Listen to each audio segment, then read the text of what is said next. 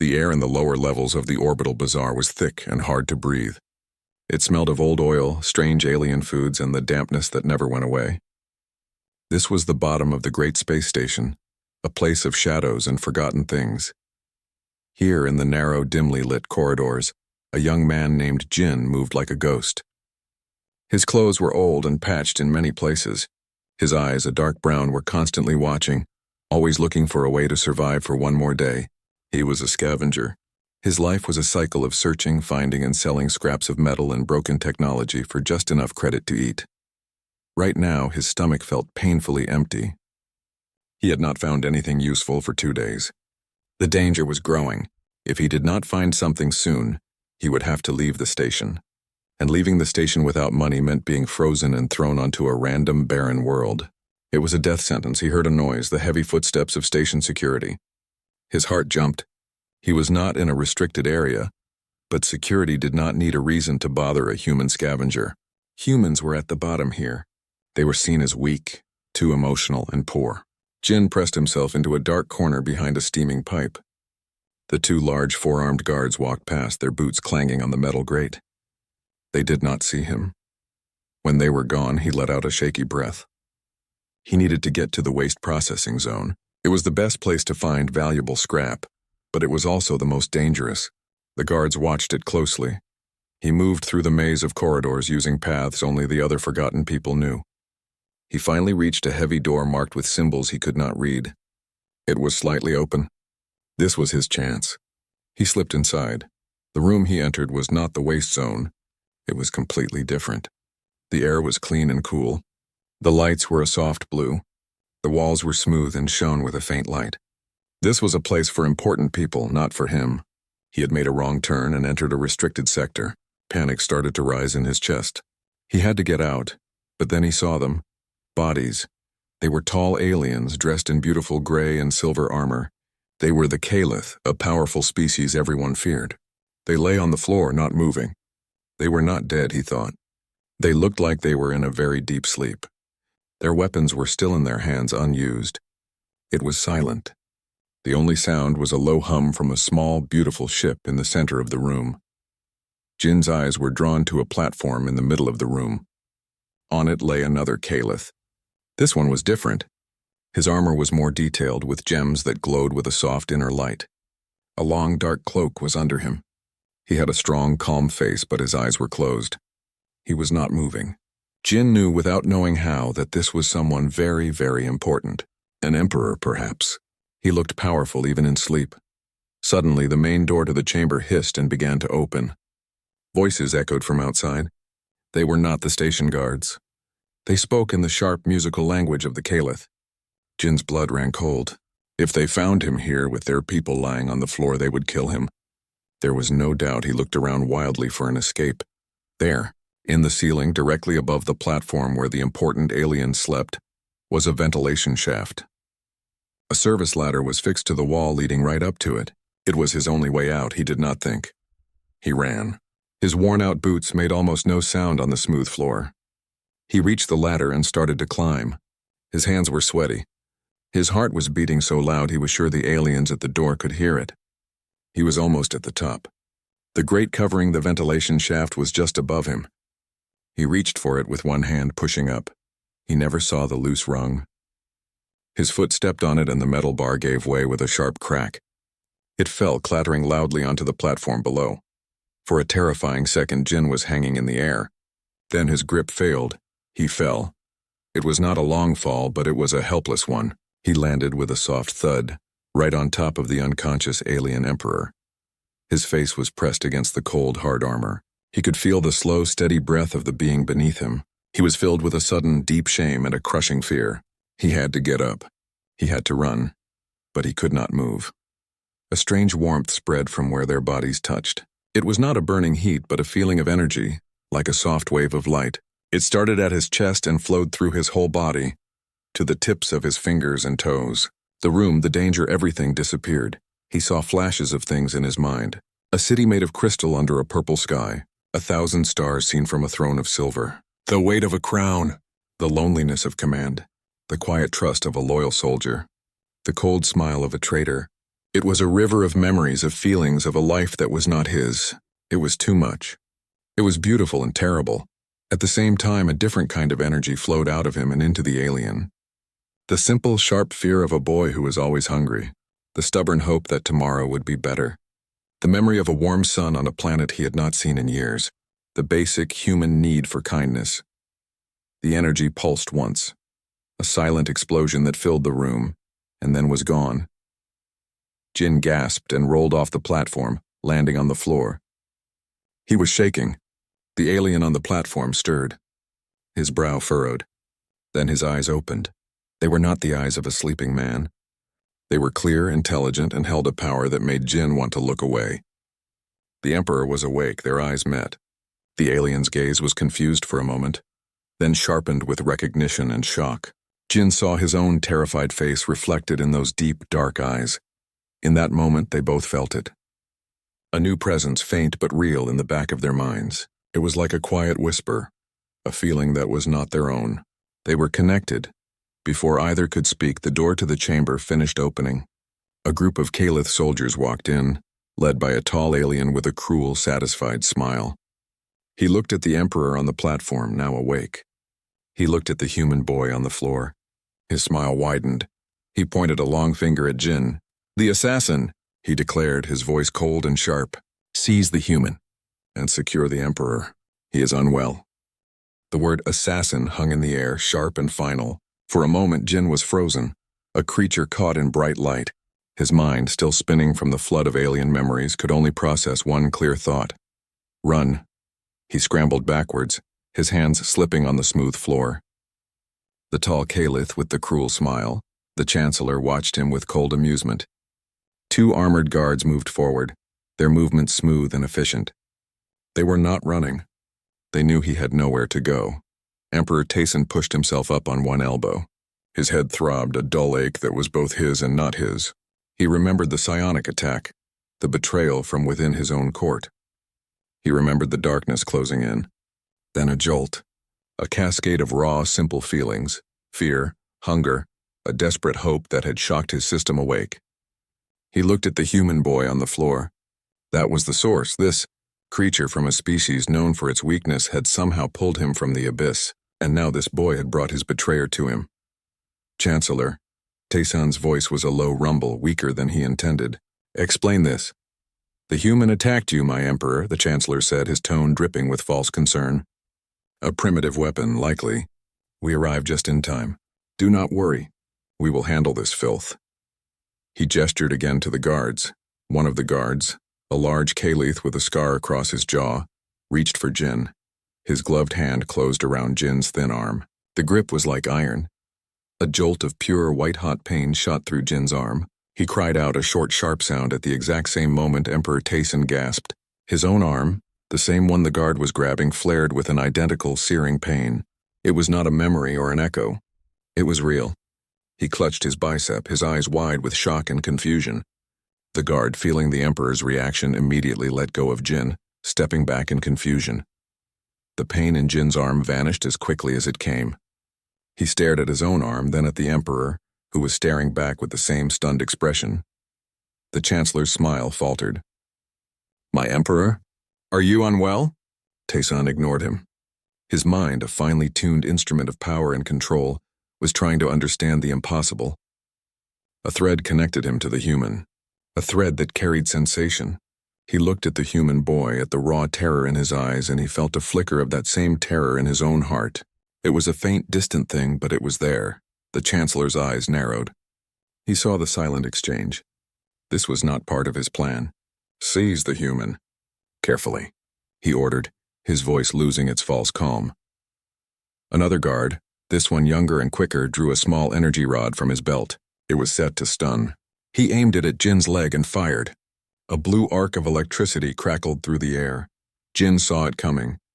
He tried to twist away, but he was too slow. The energy bolt hit his thigh. It was not the full force of the weapon, but it was enough. His leg exploded in a cramp of fiery needles. His muscles locked and he collapsed to the floor, his body twitching. Emperor Tayson let out a choked cry. His own leg buckled beneath him. He would have fallen from the platform if he hadn't been leaning on it. The same fiery needles, the same muscle lock seized his limb. He panted, sweat beading on his forehead.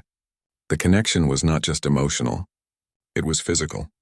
A reflexive bond. Harm to one was harm to the other. The Chancellor finally understood. A look of pure disgust twisted his features. What is this? What contamination is this? He looked from the twitching human to the pained Emperor. A bond with a human? It is an abomination. Jin, lying on the floor, felt the Emperor's pain mixing with his own. But he also felt something else. A cool, disciplined calm cutting through the panic. It was not his feeling. It was a rock in the storm of his fear. The Emperor's mind.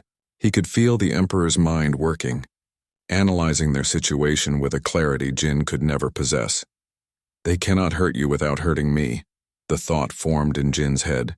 Not in words, but in a clear, understood concept. And they will not risk harming their Emperor. They want him dead. Jin thought back, the concept forming from his own fear and the images of the traitorous Chancellor. They want it to look like an accident. Or your fault. They will not kill him directly in front of witnesses, the calm thought returned. It was the Emperor. They were communicating without speaking. The Chancellor saw their locked gazes. He knew something was passing between them. His plan was unraveling. Take the Emperor to his chambers. He is clearly unwell. Subdue the human. Use any force necessary. The guards hesitated. They had seen what happened. Now, the Chancellor roared. The guard with the energy rod stepped forward again, raising his weapon, aiming for Jin's chest this time. A full stun to the core could be fatal. Jin saw the decision in the guard's eyes. He felt a surge of pure animal terror. This was it. At that moment, Emperor Taeson acted. He pushed himself upright, drawing on every ounce of his willpower and the strange new strength the human's emotions seemed to fuel. He focused not on a complex psionic attack, but on the simplest thing, a shield. He pictured a wall of pure energy in front of the human. But the power that answered was different. It was not the cool, disciplined silver of Kalith psionics. It was a wild, brilliant blue shot through with the gold of Jin's desperate hope. The shield that flickered into existence between Jin and the guard was not a smooth wall. It was jagged like crystal, and it hummed with a raw, emotional power. The energy bolt hit it and shattered into 1,000 harmless sparks. Everyone in the room froze, staring at the shimmering emotional shield. Such a thing was not possible for a Kalith. Run, Taeson said, his voice rough. He was looking at Jin. The command and the shared understanding that came with it broke Jin's paralysis. The Emperor was buying him time. He scrambled to his feet, his legs still aching with the ghost of the stun blast. He turned and sprinted for the door they had entered from. Stop him, the Chancellor screamed, his composure completely gone. But the guards were confused, staring at their Emperor and the impossible shield. Jin did not look back. He burst out of the chamber and into the clean, blue-lit corridor. He could feel the Emperor's presence in his mind, a steady pressure, a compass needle pointing the way. Left, now right. Down the stairwell he ran, his lungs burning. He could hear shouts and footsteps behind him. He followed the feeling in his head, trusting it more than his own eyes. It led him away from the main corridors into the narrower, darker service passages he knew so well.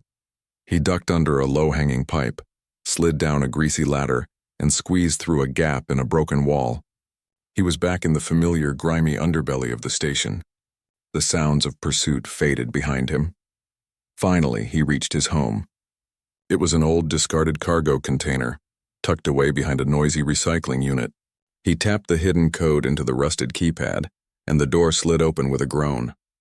He fell inside, and the door shut behind him, plunging him into near darkness. He was safe, for now. He lay on the cold floor, panting. The presence in his mind was still there, a silent, heavy weight. He could feel a distant echo of exhaustion and a deep, simmering anger that was not his own. In the quiet dark, the reality of what happened crashed down on him. He was bonded, connected, stuck with an alien emperor, and that emperor's enemies were now his enemies. A single clear thought crossed his mind, a mix of his own despair and the emperor's grim resignation. What have I done? The inside of the cargo container was dark and smelled of old metal and dust. A single weak light strip flickered on the wall. Jin lay on the floor, his chest heaving. He could still feel the ghost of the energy blast in his leg. But more than that, he could feel the presence in his mind. It was like a heavy stone sitting at the back of his thoughts. It was quiet, but he knew it was there. He slowly sat up. His home was one small room. A thin mattress lay in one corner. A small table was covered with tools and bits of broken tech he hoped to fix. A tiny food heater sat on the floor. This was all he had in the world. And now he also had an alien emperor in his head. The presence in his mind shifted. It was not a voice. It was a feeling. A wave of cold disgust. It was so strong that Jin almost choked on it. It was not his feeling. He looked around his small, dirty home and understood. The Emperor was seeing this place through Jin's eyes, and he hated it. "Hey," Jin said out loud, his voice rough. "This is all I have. It's not a palace." A feeling of sharp surprise came from the presence. Then a question formed in his mind, not in words, but in a clear idea. "You can sense my thoughts?" Jin thought about it. "I can feel what you feel, I think. It's loud, and I can feel your chaos." The thought came back, laced with that same disgust. "Your mind has no discipline. It is all noise." "That's called being alive," Jin muttered. He stood up and went to his small water tap. He drank directly from it, the water cold and metallic. He felt a wave of disapproval from the presence. "What, you're too good for water now?" "The Kalith purify all sustenance," the thought came haughty and cold. "Well, I'm not Kalith," Jin said. He was talking to the air, to the voice in his head. He knew he looked crazy, but he didn't care. "What are you doing in my head? How do we fix this?" There was a long silence. The presence seemed to be concentrating. Jin felt a strange sensation, like someone was gently pushing against the inside of his skull. "The bond is complex," the Emperor thought finally. The haughty tone was gone, replaced by something more tired and serious. "It is a reflexive, empathic link. I have only read of such things. It has never been recorded with a non-psionic species. Your mind should have shattered." "Sorry to disappoint you," Jin said, sitting on his mattress. He felt a flicker of irritation from the presence. "Good. Let him be irritated. Your emotional state is irrelevant." The thought came, sharp now. "What is relevant is that my life is tied to yours, and you are a destitute scavenger in the bowels of a space station. We are both in incredible danger." Jin laughed, a short, bitter sound. "You think I don't know that? Your friends back there want me dead. They are not my friends. They are traitors.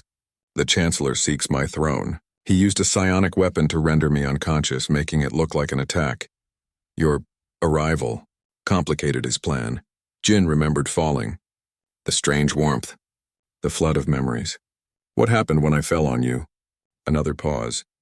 The presence felt hesitant. "You provided a catalyst, a surge of raw, unfiltered bioenergy. Your human emotions are volatile, powerful in a way I did not understand. It restarted my neural functions. It also apparently created this bond. So I saved your life," Jin said. "And you're complaining about my water." He felt a flash of anger, hot and quick. It was so different from the Emperor's usual cold control. It felt almost human. Then it was gone, buried under layers of discipline. "We must find a way to sever this connection," the Emperor thought. "And I must return to my ship. The Chancellor will be moving to take control of the Empire. He may even blame your people for my death." The words hung in Jin's mind. Blame his people. A war against humans. All because he fell off a ladder. Suddenly there was a loud bang on the door of his container. Jin jumped to his feet, his heart hammering. The presence in his mind went instantly alert, like a soldier sensing danger. "Jin, you in there? Open up." A voice called from outside. It was a female voice. He knew that voice. It was Mira. Mira was a mechanic. She was his only friend on the station. She was the only person who ever helped him. She sometimes gave him food or fixed his tools. She was tough, smart, and she asked no questions. He felt a wave of warning from the Emperor. "Do not open it." "It is not safe. It's Mira," Jin whispered. "She's my friend. You have no friends in this place." The thought was cold and sure. "Trust no one." The banging came again, louder. "Jin, I know you're in there." "Station security is crawling all over the lower levels. They're looking for a human. They're showing a blurry picture. It looks like you." "What did you do?" Jin's blood ran cold. They were already looking for him. He looked at the door. He trusted Mira. He had to. He had no one else. He went to the door and tapped the code. It slid open. Mira stood there. She was about his age, with grease smudged on her cheek and her hair tied back roughly. Her eyes were wide with worry. She stepped inside quickly and the door shut behind her. "By the stars, Jin, what happened? They're saying you attacked some alien big shot in the restricted sector. Is that true?" Before Jin could answer, Mira's eyes fell on him properly. She frowned. Are you okay? You look different. Jin didn't know what to say. How could he explain? Then he felt the Emperor's presence push forward. It was a strange feeling, like someone else was looking out through his eyes. Jin felt his own posture straighten. His face felt still and calm, not his own. Your assistance is required, Jin heard his own voice say, but the tone was different. It was deeper, more formal. It was not his voice. The Emperor was speaking through him. Mira took a step back, her mouth open in shock. Jin, what? What is wrong with you? Let me speak to her, the thought commanded in Jin's head. She must understand the situation. No, Jin said out loud, fighting for control of his own mouth. You can't just take over. Mira stared at him, her face pale. Jin, who are you talking to? He took a deep breath. This was impossible. He looked at Mira, his friend. He saw the fear and confusion in her eyes. He had to tell her the truth. It's not just me in here, he said, his voice his own again, shaking. When I was running, I fell. I fell on this important Caliph, the Emperor, and now, he's in my head. We're stuck together. Mira stared at him. She didn't run. She didn't laugh. She just stared. She was a practical person. She dealt with broken machines. This was the most broken thing she had ever seen. Prove it, she said quietly. Jin felt the Emperor's agreement. He closed his eyes and tried to let the presence come forward. He felt his face settle into a calm, regal expression. He opened his eyes and looked at Mira. The human speaks the truth, he said, his voice now completely the Emperor's. I am Taysun, Emperor of the Caliph. This boy and I are linked. A psionic bond. Harm to him is harm to me. My betrayers seek to use his death to cover their crime and start a war. You will help us, the voice stopped. Jin slumped, feeling tired. He looked at Mira. Her face was a mask of pure astonishment. She looked from Jin's eyes to his hands and back again. She believed it. She had to. Okay, she said slowly, her mechanic's mind starting to work on the problem. Okay, so you have an alien emperor in your head, and the whole station is looking for you. What's the plan? Jin and the presence in his mind had the same thought at the same time. It was a first. They had no plan at all. The silence in the cargo container was heavy. Mira stood with her arms crossed, looking at Jin. She was waiting for an answer. What was the plan? Jin felt the Emperor's presence in his mind, a weight of cold calculation. He was also waiting. I don't know, Jin finally admitted. His shoulders slumped. We can't stay here. They'll find this place eventually. The mechanic is correct. The Emperor's thought cut through his fear. We require a strategy. Our primary objective is to reach my flagship, the Celestial Will. There I have loyal soldiers. How? Jin asked out loud. The whole station is looking for me. For us. Mira's eyes flickered between Jin and the empty space he seemed to be talking to. He has a point, she said, guessing the conversation. You can't just walk to the docking bay. Every camera and every guard will be watching for a human. Then we must not be seen, the Emperor thought. Great idea, Jin muttered. Why didn't I think of that? He felt a flash of irritation from the presence. Your sarcasm is not helpful. We must use our new situation. What does that mean? Jin asked. The bond, the Emperor thought, his mental voice becoming more focused. It is a weakness, but it may also be a tool. I have been analyzing the energy we created in the chamber. The shield. It was not pure Caliph psionics. It was filtered through your mind. Jin remembered the jagged blue shield. It had felt wild and powerful. What does that mean? It means the thought came slowly, as if the Emperor was realizing it himself, that your humanity is not a flaw in the bond. It is a component. Your emotional mind is processing my psionic power. It is changing it, stabilizing it in ways I do not yet understand. Mira stepped closer. What's he saying? Jin tried to explain. He thinks, because I'm human, the power we make together is different, new. Can you do it again? Mira asked, her practical mind seizing on the idea. Can you make another shield? Or something else? We must try, the Emperor thought. Focus, I will channel the energy. You must provide the intent. Provide the intent? What does that mean? Think of a feeling. A strong, simple feeling. Do not try to control the power. Just feel. Jin was doubtful. This sounded crazy, but he had no other options. He closed his eyes. He tried to think of a strong feeling. He thought of his fear when the guard grabbed him. The memory was sharp and cold. A flicker of silver energy sparked in the air in front of him. It was weak and died instantly. He felt a wave of frustration from the Emperor. No, fear is a poison. It clouds the mind. It is what they expect from a human. Think of something else. Jin took a deep breath. He pushed the fear away. What else was there? He thought about his life. The constant hunger, the loneliness, the feeling of being worthless. That was a strong feeling, a deep sadness. The air in front of him shimmered with a dull gray light. It felt heavy and sad, and then it was gone. That is despair, the Emperor thought, and for the first time Jin felt something like pity from him. That will not protect us. Jin opened his eyes, feeling defeated. I can't do it.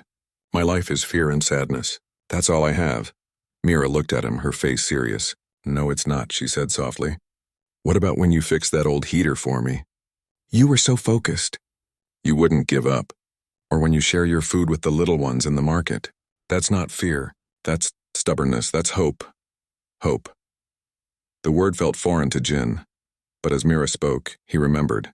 The small satisfaction of fixing something broken. The warm feeling of helping someone even when he had so little. It was a small, quiet flame, but it was there. That, the Emperor's thought, was sharp with interest. Focus on that. Jin closed his eyes again. He ignored the big, loud feelings of fear and sadness. He looked for the small, quiet ones. The stubborn will to see the next day. The hope that maybe, just maybe, things could get better. It was a fragile thing, like a tiny seed. He held on to it. He felt the Emperor's power then. It was a vast, cool river of energy flowing into him. Before, it would have been too much, it would have overwhelmed him. But now his small, stubborn hope acted like a filter. It took the immense power and gave it a purpose. He wasn't trying to build a wall. He was just trying to hide. A shimmering wave of light washed over him from head to toe. It was the color of mist and morning light. He looked down at his hands. They were still there, but they seemed less solid. He looked like a ghost, Mira gasped. Jin, you're fading. He looked at the wall behind him. He could see the faint outline of the metal through his own body. An illusion, the Emperor thought. And Jin felt a sense of profound shock from him. A personal cloaking field. My people have theorized about such a thing for centuries. We have never been able to manifest it. Our minds are too rigid. Your hope, it makes the power malleable. The cloak flickered and died after a few seconds. Jin was solid again. He was breathing heavily, not from effort, but from wonder. It worked, he whispered. It worked. Mira said, a grin spreading across her face. Okay, now we have a plan. I can get you to the secondary comms array. It's old, barely used. If we can get a signal out to his ship, his people can come get you. It is a risk, the Emperor thought, but it is our only option. The mechanic will be our guide. Jin looked at Mira. You don't have to do this. It's too dangerous, Mira snorted. And leaving you here with an Emperor in your head is safe? Don't be stupid. We're friends. She looked around the container. But we can't go yet. The security sweep will be most intense now. We wait a few hours. You rest. Jin nodded, suddenly feeling very tired. The use of the power had drained him. He sat back on his mattress. Mira sat on the floor near the door, keeping watch. In the quiet, Jin felt the Emperor's presence again. It was not disgust or anger this time. It was contemplation. This hope, the Emperor thought, the concept feeling strange in his mind. It is illogical. Your circumstances are dire. The probability of failure is high. Yeah, Jin thought back, his eyes closed. I know. Then why do you feel it? Jin thought for a long moment. I don't know. Maybe because giving up feels worse. Maybe because it's all I have left that is truly mine. The Emperor was silent. Jin could feel him turning the idea over and over, like a scientist with a strange new specimen. It was a feeling the Emperor had never truly allowed himself. For the first time, the presence in Jin's mind didn't feel like a heavy stone. It felt like a partner quietly learning. The hours passed slowly in the dark container. Jin tried to sleep, but the Emperor's presence was a constant hum in his mind, like a machine that never turned off.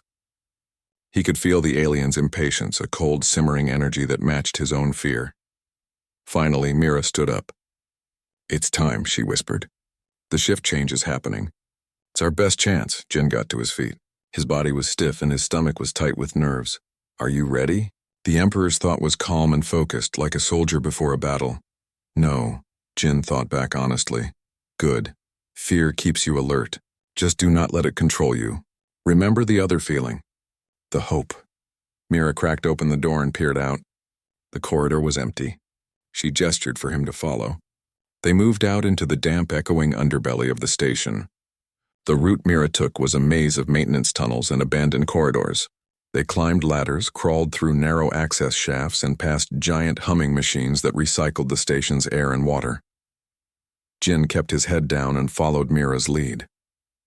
Every shadow seemed to hide a guard. Every distant sound made his heart jump. He could feel the Emperor's mind working alongside his, analyzing threats, calculating the best path. It was strange. He was more aware of everything than he had ever been.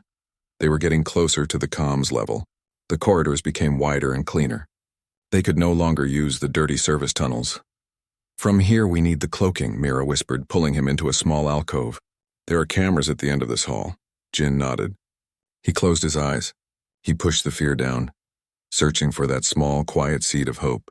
He thought of Mira's friendship. He thought of the Emperor's shocked respect when the cloak had worked. He thought of a future where he wasn't always running. He felt the Emperor's power flow into him. It was easier this time. The energy felt familiar. The shimmering, mist-like light washed over him again. He looked at his hands and saw the wall behind them. Okay, I can barely see you, Mira said. Stay close. They moved quickly down the clean, well-lit corridor. Jin walked as quietly as he could, his heart pounding. They passed under a camera. He held his breath, but nothing happened. It was working. They reached a heavy door marked Secondary Communications, authorized personnel only. Mira quickly used a tool to bypass the lock. The door slid open with a quiet hiss. The room inside was dark and filled with old, dusty control panels. Wires hung from the ceiling. One main console in the center had a few lights still blinking. This is it, Mira said, going to the console. It's old, but it has a direct link to the external transmitters. I can patch you in. Hurry, the Emperor thought, a sense of urgency flooding into Jin. The Chancellor will be monitoring all channels. Mira's fingers flew over the dusty controls. Screens flickered to life. Okay, I'm opening a narrow band channel. Where am I sending it? The Emperor's presence pushed forward. Jin felt his mouth open and the formal alien voice spoke. The frequency is Gamma 79er. The authentication code is Throne of Stars. Mira typed it in. A low hum filled the room as the powerful transmitter warmed up. It's connecting, she said. They waited. The seconds felt like hours. Jin's cloak flickered. He was getting tired. Suddenly a face appeared on the main screen. It was a female Caliph with sharp eyes and a stern, strong face. She wore military armor. This is an unauthorized transmission from a restricted station system, she said, her voice crisp. Identify yourself. The Emperor spoke through Jin again. Commander Su, it is I, your Emperor. The commander's eyes widened in shock. She leaned closer to her own screen. My lord, the Chancellor reported you were dead, killed by a human assassin. We are preparing a response. The Chancellor is the traitor. The Emperor's voice was cold and sharp. I am alive, but my situation is complex. I am with the human now. We are bonded. You must retrieve us from the orbital bazaar. Sector Gamma, secondary comms. Commander Su's face was a mask of confusion and discipline. Bonded, my lord, I do not understand. There is no time to explain. The Chancellor's forces are on the station. Come quietly. And Su, trust no one else. We are on our way, my Emperor. The screen went dark. It's done, Mira said, letting out a long breath. Now we just have to wait for... The door to the comms room exploded inward. Smoke filled the air. Through the haze, the Chancellor walked in, followed by 4 armed guards. His cruel smile was back. A clever plan, the Chancellor said, but predictable. I knew you would try to call for help.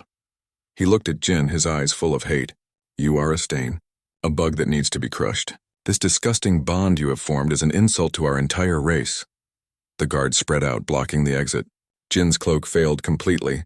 He was visible and trapped. There is no escape this time, the Emperor thought, his mental voice grim.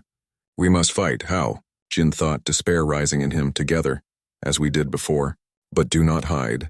This time we stand. The Chancellor drew a long, glowing blade from his side. It was a psionic weapon, humming with deadly energy. I will cut this human down myself. And when I am done, I will take my place as the new emperor." He lunged forward incredibly fast. Jin froze. There was no time to think. He saw the blade coming for his chest, but his body moved without his command. It was the Emperor's battle reflexes flowing through their bond. Jin dropped to the floor and the blade sliced the air above him. He rolled and came up standing. The Chancellor turned, surprised by the move. He is strong but arrogant. The Emperor's thought was a rapid-fire instruction. He expects you to be weak. Show him you are not. The Chancellor attacked again, a series of swift, precise strikes. Jin moved, dodging and weaving. It wasn't him. It was the Emperor's centuries of training, guided by Jin's body, but it was not enough. The Chancellor was too skilled. The glowing blade nicked Jin's arm. A line of fire burned on his skin. At the same time, on the floor where Jin had been sitting a moment before, a similar burn appeared on the Emperor's spectral arm. The Chancellor saw it and laughed. "You see? The bond makes you weak. You share his pain." "No," the Emperor thought, a new idea forming. "We share more than pain." The Chancellor raised his blade for a final strike. "This ends now." Jin felt it then. A surge of power, but not like before. This was not hope. This was something else. It was the Emperor's cold, controlled fury, but it was mixed with Jin's own raw human anger. Anger at being poor. Anger at being hunted. Anger at this arrogant alien who wanted to kill him and start a war. The two feelings twisted together, creating a new, terrifying power. Jin didn't try to make a shield. He didn't try to hide. He just let the power out. A wave of force erupted from him. It was not blue or silver. It was the color of storm clouds and lightning. It hit the Chancellor and threw him across the room. He slammed into a control panel, sparks flying everywhere. His psionic blade clattered to the floor and went dark. The guards stared in shock, too stunned to move. Jin stood panting, the energy crackling around his fists. He looked at the Chancellor, who was struggling to get up. "The bond does not make us weak," Jin said, and his voice was a mix of his own and the Emperor's, layered into one. "It makes us more." For the first time, the Chancellor looked afraid. Then an alarm blared through the station. Red lights flashed. From the blown-out doorway, they could see into the corridor. Through a large viewport, a massive, beautiful warship glided into position outside the station. It was shaped like a silver bird. On its side were the markings of the Caliph Emperor. The Celestial Will had arrived. The arrival of the Celestial Will changed everything. The station alarms wailed.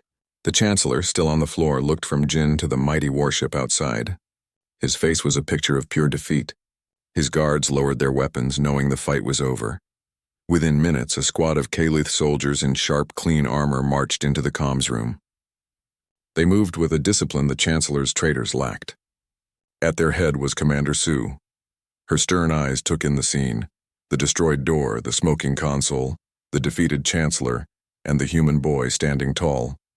She did not hesitate. She walked directly to Jin and bowed deeply. "My Emperor, we are here. You are safe." The soldiers quickly and efficiently disarmed the Chancellor's guards. Two of them pulled the Chancellor to his feet. He said nothing, his head bowed. Jin felt the Emperor's presence direct his gaze towards Mira, who was still hiding behind a console. "That one is a friend," he said, his voice still holding the echo of the Emperor's authority. "She is to be treated with honor."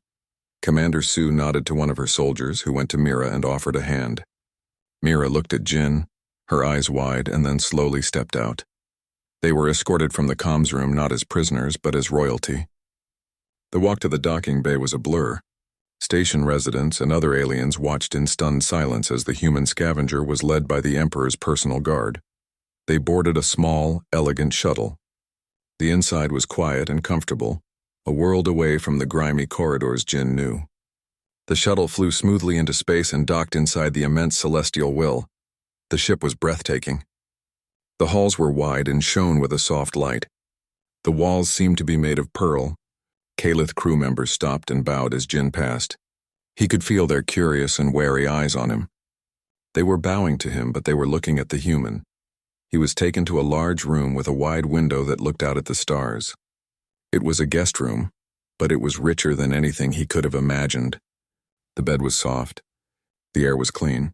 A little later, the door opened and Commander Su entered.